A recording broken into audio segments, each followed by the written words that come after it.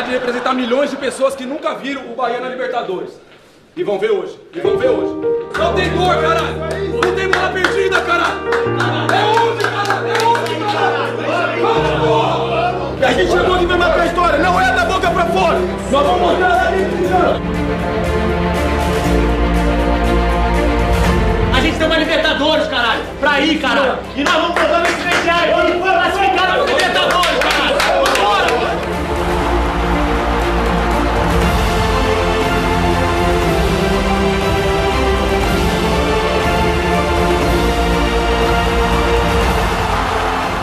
Compromisso, comprometimento, dedicação. Isso se tem ou não se tem? Isso não se treina. E eu tenho certeza que vocês têm. E que vocês vão demonstrar para todo mundo que está aqui, para o estado inteiro, para o Brasil inteiro, para o mundo inteiro que tem torcedor do Bahia, que nós vamos para a Libertadores. O Bahia vai para a Libertadores. Nós vamos para a Libertadores. Vai por aí, vamos! Vamos!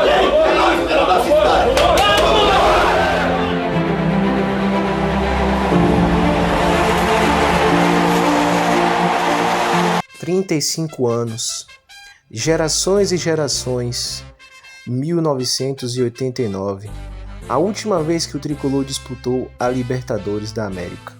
O Tricolor voltou, e voltou em grande estilo. Voltou quebrando recordes no Brasileirão de pontos corridos. Nunca havia terminado na primeira parte da tabela, e terminou. Nunca havia conseguido fazer mais de 50 pontos, e conseguiu. É o Tricolor, gerido pelo Grupo City, com jogadores excepcionais que, mesmo derrapando, mesmo deslizando durante o campeonato, mesmo no final, perdendo partidas e fazendo a torcida ficar revoltada, criticando, no último jogo em casa, fez o seu papel e venceu o Atlético Goianiense por 2-0, com gols de Tassiano e Lúcio, jogadores importantes na temporada, Tassiano no primeiro semestre e Lúcio no segundo. Tricolor, que durante o Brasileirão, durante a sua caminhada, teve jogos importantíssimos. No início, o Tricolor venceu o campeão Botafogo, que também venceu a Libertadores dentro do Engenhão em um belo jogo. Venceu também de goleada a equipe do Cruzeiro, que terminou apenas alguns pontos atrás do Tricolor na tabela de classificação. Além de jogos marcantes e jogos que o Tricolor jogou muito bem, como contra a equipe do Fortaleza, que foi uma das melhores equipes do Nordeste na temporada e também garantiu vaga na Copa Libertadores na fase de grupos direto, chegando, pela primeira vez na história, tendo 2 times nordestinos na competição logo na primeira fase.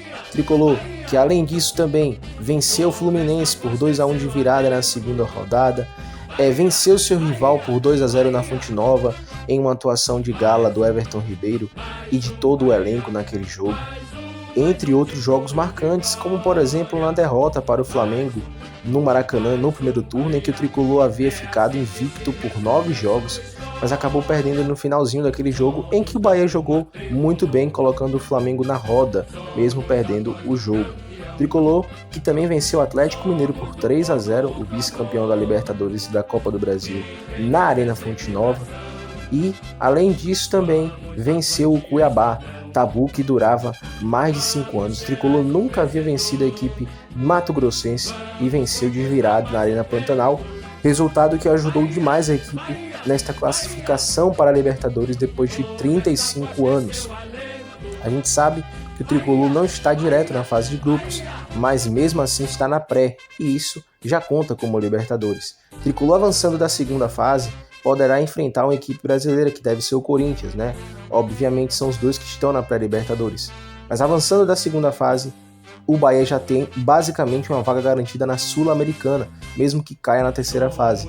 O Tricolor enfrentará o The Strongest da Bolívia, jogo dificílimo, mas decide em casa. Primeiro jogo lá, na altitude, o segundo na Arena Fonte Nova, ainda agora em fevereiro.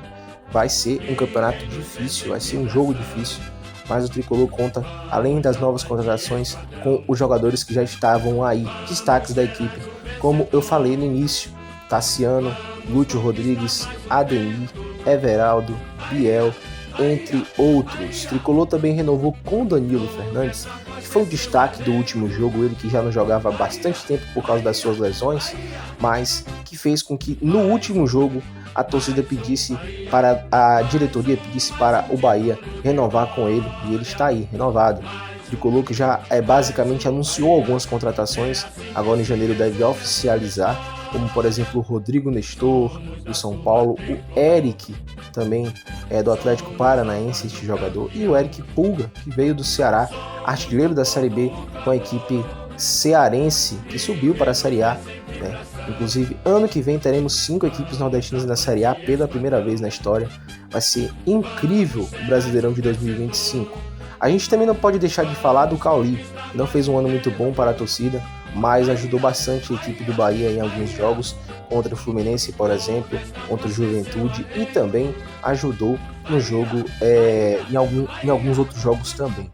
O Biel fez o gol de empate contra o Atlético Paranaense, já no finalzinho do jogo na Fonte Nova, em que o tricolor era contestado, perdeu para o Palmeiras em um jogo incrível, dificílimo na Fonte Nova, em que o tricolor chegou a fazer 2-1, mas o gol estava impedido porque bateu no jogador do Bahia em posição irregular, o gol do jovem Thiago, e logo após um gol que a bola fica dentro do gol do Flaco Lopes já no final do jogo, e o Biel conseguiu arrancar esse empate contra o Atlético Paranaense no jogo seguinte.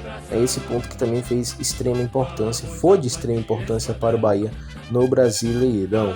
O tricolor que na Copa do Brasil caiu nas quartas de final para o Flamengo, chegou ali de novo nas quartas e não conseguiu avançar assim. A gente espera que Istanbul caia esse ano que vem. O tricolor que já está garantido na terceira fase por essa classificação a Libertadores.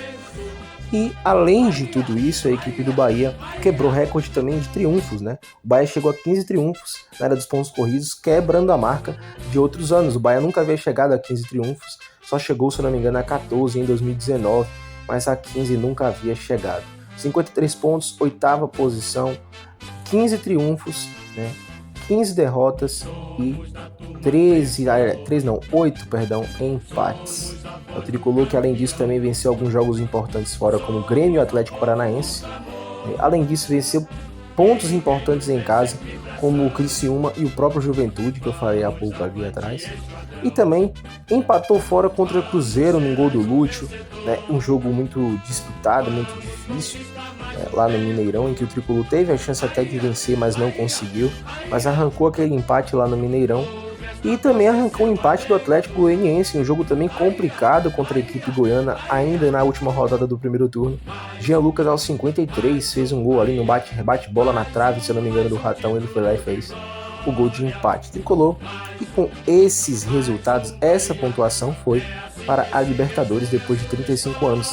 Tricolor que esse ano não venceu nenhum título, perdeu para o rival baiano, caiu na semifinal da Copa do Nordeste para o CRB, saiu nas quartas da Copa do Brasil, como eu falei, mas para coroar o ano, pelo menos, coroar esta campanha também no Brasileirão, conseguiu a vaga na pré-Libertadores em 8º lugar e está na pré-Libertadores e já saiu o sorteio, vai enfrentar o The Strongest da Bolívia.